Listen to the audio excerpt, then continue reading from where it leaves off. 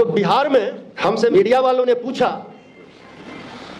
कि राम में प्राण प्रतिष्ठा होने वाला है, उस पर आप क्या कहते हैं?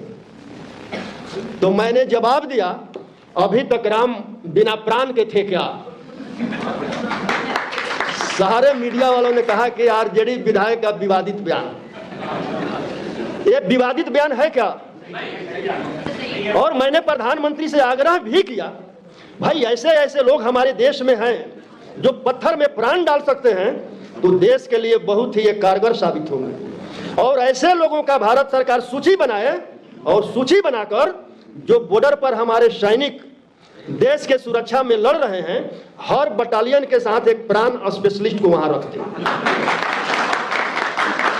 और हमारे देश में जितने हॉस्पिटल है, सभी हॉस्पिटल में हर स्पेशलिस्ट डॉक्टर हैं, लेकिन प्राण स्पेशलिस्ट डॉक्टर किसी हॉस्पिटल में नहीं है। तो हर हॉस्पिटल में एक प्राण स्पेशलिस्ट डॉक्टर भी रख दे।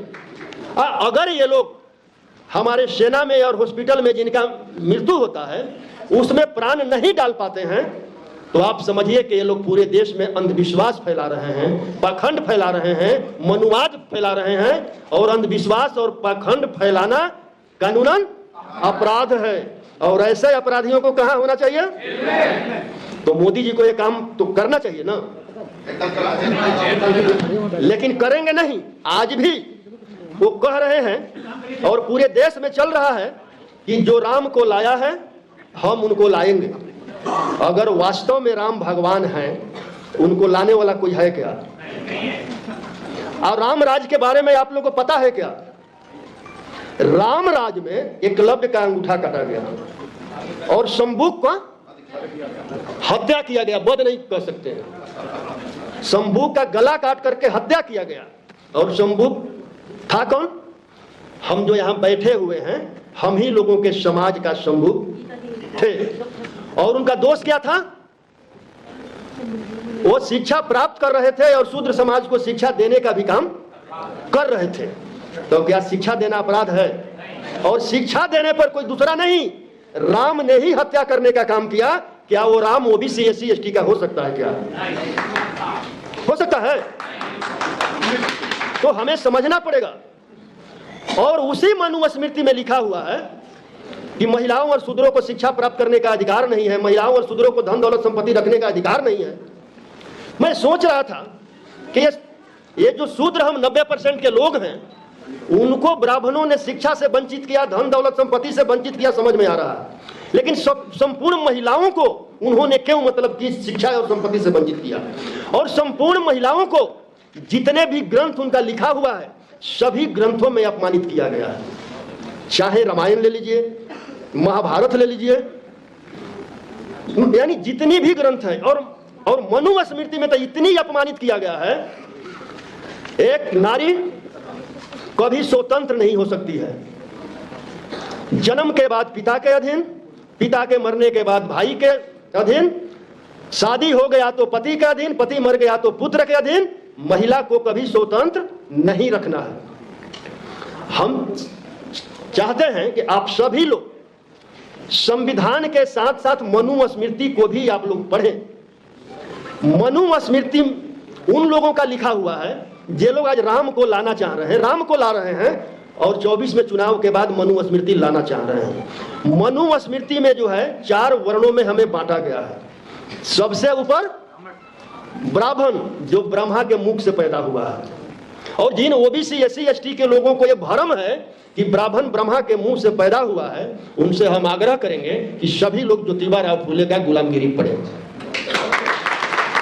और उससे थोड़ा सा नीचे कह लीजिए या नीच कह लीजिए क्षत्रिय, उसे थोड़ा सा नीच वैश्य। ये वैश्य नहीं जो तेली हैं, हलवाई हैं, सूड़ी हैं, रौनियार हैं, वो वैश्य जो बड़े बड़े पूंजीपति हैं, अडानी और अंबानी जैसे, जो वैश्य जनरल कोटे में आते हैं।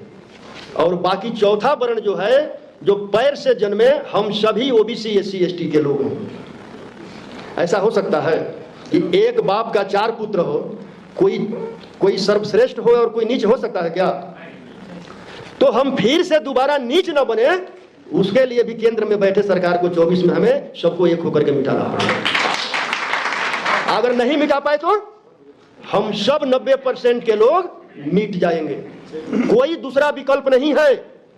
और जो हमारे ओबीसी एससी एसटी के लोग हैं जो हमारे बीच आएंगे, जो उनके गोद में बैठे हुए हैं, उनके लिए ही काशी राम जी ने चमचा युग लिख दिया।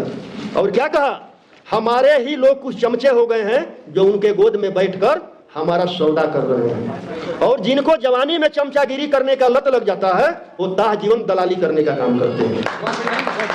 वैसे दलालों से सावधान रहना है कि नहीं रहना? तो क्या करना होगा? आरएसएस और बीजेपी वाले एक कुल्हाड़ी का काम कर रहे हैं, और वो कुल्हाड़ी सभी ओबीसी एससी एसटी के लोगों को काट रहा है। लेकिन उस कुल्हाड़ी में जो बेट किसका है? अगर बेट को ही निकाल दिया जाए तो कुल्हाड़ी काम करेगा? तो निकाल दीजिए 24 के चुनाव में उस बेट को ही कि कुल्हाड़ी निष्क्रिय हो जाए। न बेट रहेगा न कुल्हाड़ी हमें काटेगा। और जो जयंती है सावित्री बाई फुले जी का और फातिमा शेख जी का, अवंती बाई लोधी जी का, तो शिक्षा के क्षेत्र में मैं भी जो है 7 जनवरी को सावित्री बाई फुले का मैं डेहरी ओम सोन में जयंती मनाया था। उसमें लगभग 25-30 हजार लोग आए थे, और महिला और पुरुष का बराबर हिस्सेदारी था। क्योंकि मैंने सबको आग्रह किया था कि जो भी आए अपनी पत्नी को लेकर आएंगे, क्योंकि जब तक महिला में बदलाव नहीं होगा सामाजिक बदलाव संभव नहीं है। और उस कार्यक्रम के बाद हमारे यहाँ जितना शिव चर्चा वगैरह हो रहा था, सारी महिलाओं ने ढोलक झाल सब ला करके फेंक दिया, और उन्होंने शपथ लिया कि हमें मंदिर नहीं चाहिए, हमें विद्यालय चाहिए। और मैंने जब पटना में होर्डिंग लगवाया कि स्कूल का मतलब, मंदिर का मतलब मानसिक गुलामी का मार्ग, स्कूल का मतलब जीवन में प्रकाश का मार्ग। जब मंदिर का घंटी बजता है तो हमें संदेश देता है कि हम अंधविश्वास, मूर्खता एवं पखंडता की ओर बढ़ रहे हैं। और जब विद्यालय का घंटी बजता है तो हमें संदेश मिलता है कि हम तर्कपूर्ण ज्ञान, वैज्ञानिकता और जीवन में प्रकाश की ओर बढ़ रहे हैं। अब तय करना है कि आपको किस ओर जाना है।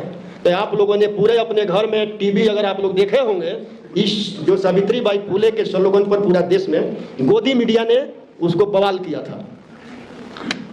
तो हम आप लोगों से आखिरी बार आग्रह करता हूं, क्योंकि बार बार हमें कहा जा रहा है कि अपने बात को समाप्त करिए, कि बस यहां से सभी लोग शपथ लेकर जाएं कि हमें 24 के आने वाला लोकसभा चुनाव में जो भी संविधान के विपक्ष में खड़ा हो उसे हमको समाप्त करना है, और जो संविधान के बचाने वाले लाइन में खड़े हो उनको जिताकर पार्लियामेंट भेजना है।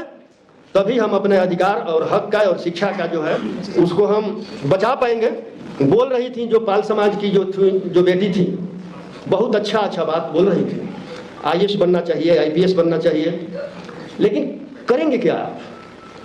आपको जो नई शिक्षा नीति थी 2020 के द्वारा जो लेटरल एंट्री लाया गया है, जिसके द्वारा लगभग 400 संयुक्त सचिव बना दिया गया है, आपके आईएएस जो बनेंगे अब संयुक्त सचिव तक वो पहुंचेंगे क्या? और उसमें एक भी आपके ओबीसी एससी एसटी के लोग नहीं हैं। तो मैं इसी के साथ अपने वाणी को विराम देता हूं। जय बुद्ध, जय भीम, जय मंडल, जय संविधान, जय ओबीसी।